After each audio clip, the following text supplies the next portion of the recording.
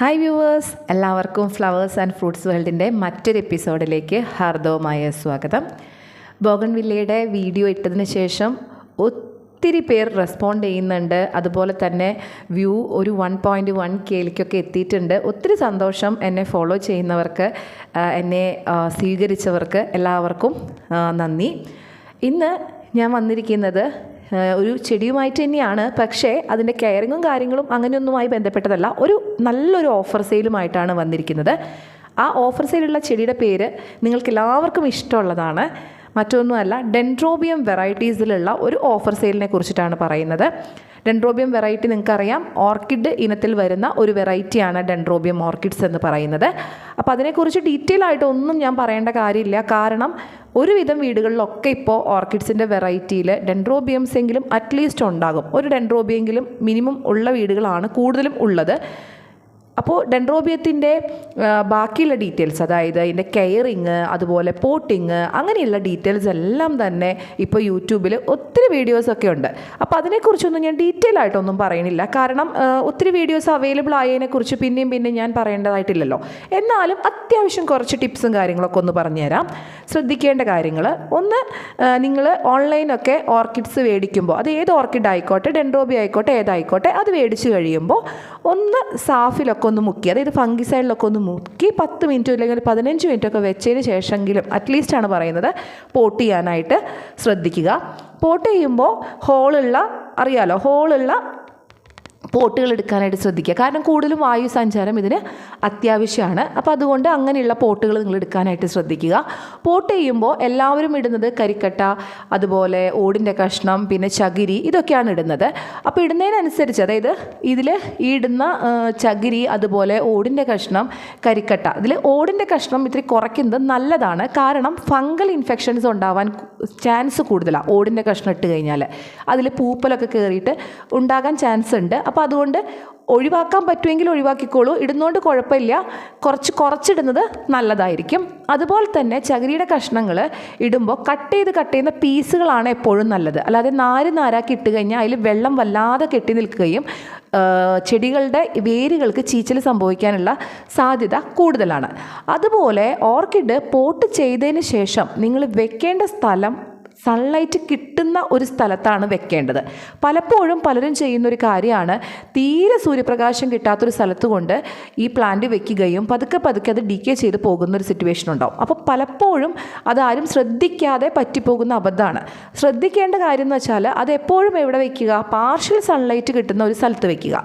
രാവിലത്തെ വെയിലായിരിക്കാം. ഇപ്പോൾ രാവിലെ ഒരു 11:30 വരെയുള്ളൊരു വെയിലും വൈകുന്നേരം ഒരു 4 മണി മുതൽ ഒരു 5:30-6 മണി വരെയുള്ള ഇളം വെയിൽ, ഇത്രയും കിട്ടുന്ന ഒരു പ്ലേസ് ആണെങ്കിൽ ഏറ്റവും ബെറ്റർ. ഡയറക്റ്റ് സൺലൈറ്റ് കിട്ടുന്ന സ്ഥലത്ത് ഒരിക്കലും ഓർക്കിഡ്സ് പ്ലേസ് ചെയ്യാൻ നിങ്ങൾ അനുവദിക്കരുത്.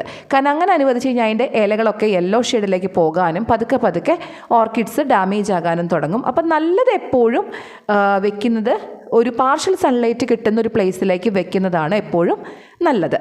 അതുപോലെ തന്നെ പോട്ടുകളിൽ നമ്മൾ പ്ലേസ് ചെയ്യുന്നതിനേക്കാൾ എപ്പോൾ ഓർക്കിഡ്സിന് ഇഷ്ടം മരത്തിൽ നമ്മൾ വളർത്തിയെടുക്കുന്നതാണ്. മരത്തിൽ വെക്കുന്ന ഓർക്കിഡിനും അതുപോലെ തന്നെ പോട്ടിൽ വയ്ക്കുന്ന ഓർക്കിഡ്സും ഫ്ലവർ ചെയ്യുന്നതിലൊക്കെ നമുക്ക് വ്യത്യാസം കാണാനായിട്ട് പറ്റും. മരത്തിൽ വെക്കുന്നതെന്ന് വെച്ചാൽ നമ്മൾ സ്വാഭാവികമായിട്ട് നിറച്ച് വേരൊക്കെ വന്ന് നല്ല ഭംഗിയിൽ കട്ട കൂടി നിന്നിട്ടൊക്കെ ഉണ്ടാവും. അപ്പോൾ മരത്തിൻ്റേതായിട്ടുള്ള ഒരു പോട്ട് നിങ്ങൾക്ക് തയ്യാറാക്കി എടുക്കാൻ പറ്റുന്നുണ്ടെങ്കിൽ നല്ലതാണ്, അങ്ങനെ വേണമെങ്കിൽ ചെയ്യാം. അതല്ലാന്നാണെന്നുണ്ടെങ്കിൽ പോട്ടിൽ തന്നെ ചെയ്തോളൂ. പക്ഷേ പറയുന്ന പോലെ പ്ലേസ് ചെയ്യുന്ന സ്ഥലം ശ്രദ്ധിച്ചാൽ മതി. പിന്നെ അതുപോലെ ശ്രദ്ധിക്കേണ്ട മറ്റൊരു കാര്യം, നിങ്ങൾ ഇത് പോട്ട് ചെയ്തതിന് ശേഷം മറ്റുള്ള ചെടികൾക്ക് വെള്ളം കൊടുക്കും, അതുപോലെ ഇതിനും വെള്ളം കൊടുത്താൽ ഫ്ലവർ തരും എന്ന് നിങ്ങൾ വിചാരിക്കരുത്. കിട്ടില്ല, ബുദ്ധിമുട്ടാണത്. അപ്പോൾ നിങ്ങൾ എന്ത് ചെയ്യണം, എപ്പോഴും ഇത് പോട്ട് ചെയ്തതിന് ശേഷം പ്ലാന്റിന് ഗ്രോത്തിനുള്ളതും അതുപോലെ തന്നെ ഫ്ലവറിങ്ങിനുള്ള ഫെർട്ടിലൈസേഴ്സ് റെഗുലറായിട്ട് ചെയ്തു കൊടുക്കണം. അത് സ്പ്രേ ചെയ്യുന്നതാണ് എപ്പോഴും ബെറ്റർ. അതിൻ്റെ റൂട്ട്സിലും അതിൻ്റെ ലീഫിലും സ്പ്രേ ചെയ്ത് കൊടുക്കുന്നതായിരിക്കും എപ്പോഴും നല്ലത്. അപ്പോൾ അത് ചെയ്യേണ്ടത് എങ്ങനെയാണെന്ന് വെച്ചാൽ, ഒരാഴ്ച ഗ്രോത്തിൻ്റെ കൊടുക്കുകയാണെങ്കിൽ നെക്സ്റ്റ് വീക്ക് എന്ത് ചെയ്യുക, നിങ്ങൾ ഫ്ലവറിങ്ങിൻ്റെ കൊടുക്കുക. അങ്ങനെ ഓൾട്ടർനേറ്റീവായിട്ട് കൊടുത്തുകൊണ്ടിരിക്കുക. ഇനി നന്നായി ഗ്രോ ചെയ്ത് മെച്യൂർഡ് ആയിട്ടുള്ളൊരു പ്ലാന്റ് ആണെന്നുണ്ടെങ്കിൽ എന്ത് ചെയ്യാം, പതുക്കെ ഈ ഗ്രോത്തിൻ്റെ fertiliser 2 in a week, 3 in a week ആക്കാം. അത് നിങ്ങൾ നിങ്ങളുടെ സൗകര്യം പോലെ ചെയ്യാം. പക്ഷേ ഫെർട്ടിലൈസർ അനിവാര്യം തന്നെയാണ്. എങ്കിൽ തന്നെയാണ് ഓർക്കിഡ്സ് നന്നായി ഫ്ലവർ ചെയ്യുകയുള്ളൂ. അല്ലെങ്കിൽ ആണ്ടിനും സംക്രാന്തിക്കും ഏതെങ്കിലും ഒരു പൂവ് ഉണ്ടാകാം, അല്ലെങ്കിൽ ഒരു പൂവ് ഉണ്ടാവും. മറ്റുള്ളവരുടെ വീട്ടിൽ എന്തൊരു വലിയ പൂവാണ്, എന്തൊരു വലിയ കൊലയാണ്, എൻ്റെ വീട്ടിൽ മാത്രം കണ്ടില്ലല്ലോ എന്നുണ്ടാവുന്നതിൻ്റെ കാരണം എന്താണ്? ഇതാണ്. കൃത്യമായ രീതിയിൽ നിങ്ങൾ ഫെർട്ടിലൈസർ കൊടുക്കണം. നിങ്ങൾ നിങ്ങളുടെ കുഞ്ഞുങ്ങൾക്ക് നല്ല രീതിയിൽ ഭക്ഷണം കൊടുക്കുന്നില്ലേ? എന്നാലല്ലേ അവർ വളരുന്നുള്ളൂ. അതുപോലെ തന്നെയാണ് ചെടികൾ പരിപാലിക്കുമ്പോൾ ഇത്രയും കാര്യങ്ങളൊക്കെ നിങ്ങൾ ശ്രദ്ധിച്ചാൽ തന്നെ പറ്റുള്ളൂ. അത് മറ്റുള്ള ചെടികളെ അപേക്ഷിച്ച് നിങ്ങളൊരു പിഞ്ചു കുഞ്ഞിനെ എങ്ങനെ പരിപാലിക്കുന്നോ അതുപോലെ നിങ്ങൾ ഓർക്കിഡിനെ കൊണ്ടുപോവുകയാണെങ്കിൽ അത്രയധികം ഫ്ലവർ തരുന്നതും അതുപോലെ തന്നെ അത്രയും നാൾ അതിൻ്റെ ഫ്ലവേഴ്സ് ലാസ്റ്റ് ചെയ്യുകയും ചെയ്യും. അതായത് മറ്റുള്ള ചെടികളിൽ ഫ്ലവർ ഉണ്ടായി കൊഴിഞ്ഞു പോകുന്ന അത്രയും വേഗത്തിൽ എന്തുണ്ടാവില്ല, ഈ ഓർക്കിഡ്സിൻ്റെ ഫ്ലവർ കൊഴിഞ്ഞു പോകില്ല. അതും നിങ്ങൾക്കറിയാവുന്ന കാര്യമാണ്. അത് തന്നെയാണ് കൂടുതൽ ആൾക്കാർ ഇത് വാങ്ങുന്നതിൻ്റെ റീസണും കാണാനുള്ള ഭംഗിയുമാണ് ഇതിൻ്റെ റീസൺ എന്ന് പറയുന്നത്. അപ്പോൾ ഇത്രയും കാര്യങ്ങളാണ് ഓർക്കിഡ്സിൻ്റെ കാര്യത്തിൽ നിങ്ങൾ ശ്രദ്ധിക്കേണ്ടത്. ഇനി ഫെർട്ടിലൈസേഴ്സിൻ്റെ കേസ് പറഞ്ഞപ്പോൾ അത് ഏതൊക്കെ വേണമെന്ന് മെൻഷൻ ചെയ്യാൻ മറന്നുപോയി. അപ്പോൾ അതിൽ നിങ്ങൾക്ക് മേടിക്കാനായിട്ട് മാർക്കറ്റിൽ അവൈലബിൾ ആയിട്ടുള്ള ഒത്തിരി എണ്ണം ഉണ്ട്. മിറാക്കിളിൻ്റെ അവൈലബിൾ ആണ്, അതുപോലെ ഗ്രീൻ കെയറിൻ്റെ അവൈലബിൾ ആണ്, ഓർക്കിഡ് ബൂൺ അവൈലബിൾ ആണ്. ഓർക്കിഡ് ബൂണിൻ്റെ ഗ്രോത്തിൻ്റെ ഉണ്ട്, അതുപോലെ തന്നെ ഫ്ലവറിങ്ങിൻ്റെ ഉണ്ട്. രണ്ടും അവൈലബിൾ ആണ്. ഇതിൻ്റെ എല്ലാത്തിൻ്റെയും തന്നെ ഉണ്ട്. അപ്പോൾ അത് ഇത്തരത്തിലുള്ള കെമിക്കൽ ഫെർട്ടിലൈസേഴ്സ് നിങ്ങൾക്ക് യൂസ് ചെയ്യാം. എത്ര നിങ്ങൾ ഓർഗാനിക് ഫെർട്ടിലൈസേഴ്സ് യൂസ് ചെയ്യുകയാണെങ്കിലും കെമിക്കൽ ഫെർട്ടിലൈസേഴ്സ് ഒരു മന്തിൽ ഒരു തവണയെങ്കിലും യൂസ് ചെയ്യുന്നത് നല്ലതായിരിക്കും, നല്ല റിസൾട്ട് ഉണ്ടാവും.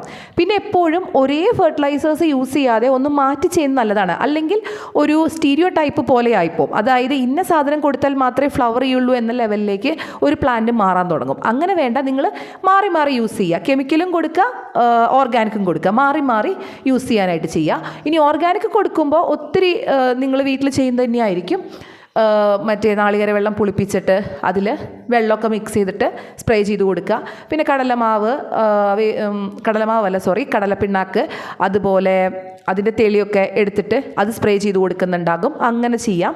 പിന്നെ അതുപോലെ ചെയ്യാൻ പറ്റുന്ന മറ്റേ ഈ പഴത്തിൻ്റെ തൊലി, വെജിറ്റബിൾസ് അതൊക്കെ നന്നായി ഇട്ടിട്ട് ചീച്ചതിന് ശേഷം അതിൻ്റെ വെള്ളം എടുത്തിട്ട് അതിലിരട്ടി വെള്ളം ചേർത്ത് സ്പ്രേ ചെയ്ത് കൊടുക്കുക. ഇതൊക്കെ നല്ലതാണ് ചെയ്യുന്നത്. പക്ഷേ മഴക്കാലമൊക്കെ ആകുമ്പോൾ ഓർഗാനിക് കുറച്ചിട്ട് കെമിക്കൽ ചെയ്യുന്നതായിരിക്കും ബെറ്റർ ആയിരിക്കുക. അപ്പോൾ ഇത്രയും കാര്യങ്ങളൊക്കെ എന്ത് ചെയ്യുക, ശ്രദ്ധിക്കുക. ഒരു ഓർക്കിഡ് മേടിക്കാൻ ഉദ്ദേശിക്കുന്നുണ്ട് അല്ലെങ്കിൽ വളർത്താൻ നിങ്ങൾ ആഗ്രഹിക്കുന്നുണ്ടെങ്കിൽ ഇതിനൊക്കെ തയ്യാറാണെങ്കിൽ മാത്രം എന്ത് ചെയ്താൽ മതി, ഓർക്കിഡ് മേടിച്ചാൽ മതി. അല്ലെങ്കിൽ ഈസി ആയിട്ട് നിങ്ങൾക്ക് ക്യാരി ചെയ്യാൻ പറ്റുന്ന ചെടികളായിരിക്കും വാങ്ങാനായിട്ട് ഒരു ഗാർഡനിലേക്ക് നല്ലത്. പിന്നെ ചെറിയ എമൗണ്ട് ഒന്നും അല്ല ഓർക്കിഡിന്, അത്യാവശ്യം വിലയുണ്ട്. അപ്പോൾ അതുകൊണ്ട് തന്നെ പലപ്പോഴും പലരും മേടിക്കാൻ മടിക്കുന്നതും അതുകൊണ്ടാണ്. അപ്പോൾ അങ്ങനെയുള്ളവർക്ക് വേണ്ടിയിട്ട് ഒരു ഓഫർ സെയിലുമായിട്ടാണ് ഞാനിന്ന് വന്നിരിക്കുന്നത്. ഓഫർ സെയിൽ എന്ന് പറഞ്ഞാൽ ചെറിയ ഓഫർ സെയിലൊന്നും അല്ല കേട്ടോ, വളരെ നല്ല ഗ്രാൻഡായിട്ടൊരു ഓഫർ സെയിലാണ്. ഇങ്ങനെയാണ് ഓഫർ വരുന്നത്. 800 രൂപയ്ക്ക് 10 മെച്യൂർഡ് ആയിട്ടുള്ള പ്ലാന്റാണ് നിങ്ങൾക്ക് ലഭിക്കുന്നത്. 800 രൂപയ്ക്ക് 10 മെച്യൂർഡ് ആയിട്ടുള്ള പ്ലാന്റ് നിങ്ങൾക്ക് ലഭിക്കുന്നു. അപ്പോൾ അതിൻ്റെ കളേഴ്സും കാര്യങ്ങളും ഞാൻ കൊടുത്തിട്ടുണ്ട്, സൈസ് ഇവിടെ അറ്റാച്ച് ചെയ്യുന്നുണ്ട്. പക്ഷേ ഇവിടെ ഒരു പ്രശ്നമുള്ളത്, നിങ്ങൾക്ക് കളർ സെലക്ഷൻ ഇല്ല, ഡിഫറെൻറ്റ് കളറായിരിക്കും എന്ന് മാത്രം. പക്ഷേ കളർ സെലക്ഷൻ നിങ്ങൾക്ക് അവൈലബിൾ അല്ല. നമുക്ക് പറ്റുന്ന 10 കളറായിരിക്കും നിങ്ങൾക്ക് അയച്ചു തരുന്നത്. അതുപോലെ ഇത് കിട്ടിയിട്ടുള്ള ഒരു കസ്റ്റമറിൻ്റെ റിവ്യൂ ആണ് ഞാൻ ഇതിൻ്റെ കൂടെ ചേർക്കുന്നത്. ജസ്റ്റ് അതും കൂടെ ഒന്ന് ലിസൺ ചെയ്യുക. ഓക്കെ രമ്യ, പ്ലാന്റ്സ് ഒക്കെ കിട്ടിയേ ഇവിടെ ഓർക്കിഡ്സിൻ്റെ. പിന്നെ നല്ല ഹെൽത്തി ആയിട്ടുള്ളതാണ്, നല്ല പാക്കിംഗ് ആയിരുന്നു. പിന്നെ എന്താ പറയുക, ഇത് 10 എണ്ണമല്ല നമ്മൾ ഓർഡർ ചെയ്തത്, 15 എണ്ണം കണ്ടുണ്ട് കേട്ടോ. Okay, thank you. എല്ലാവരും കേട്ട് കാണുമെന്ന് വിശ്വസിക്കുന്നു. അപ്പോൾ ഇത്രയും കാര്യങ്ങളാണ് നമുക്ക് ഓർക്കിഡ്സിനെ കുറിച്ച് പറയാനുള്ളത്. അപ്പോൾ ഈ പ്ലാന്റ്സ് വാങ്ങാൻ താല്പര്യമുള്ളവർക്ക് ഞാൻ ഡിസ്ക്രിപ്ഷൻ ബോക്സിൽ ലിങ്ക് കൊടുത്തിട്ടുണ്ട്. അതോടൊപ്പം തന്നെ വാട്സപ്പിൻ്റെ നമ്പറും കൊടുത്തിട്ടുണ്ട്. അപ്പോൾ വാങ്ങാൻ താല്പര്യമുള്ളവർ ആ ലിങ്കിലേക്ക് ജോയിൻ ആകാം, എനിക്ക് മെസ്സേജ് ചെയ്യാം. സെയിൽ വളരെ കുറച്ചേ ഉള്ളൂ, നമ്പേഴ്സും വളരെ കുറച്ചുള്ളൂ. പെട്ടെന്ന് അപ്രോച്ച് ചെയ്ത് കഴിഞ്ഞാൽ നിങ്ങൾക്ക് പെട്ടെന്ന് മേടിക്കാം.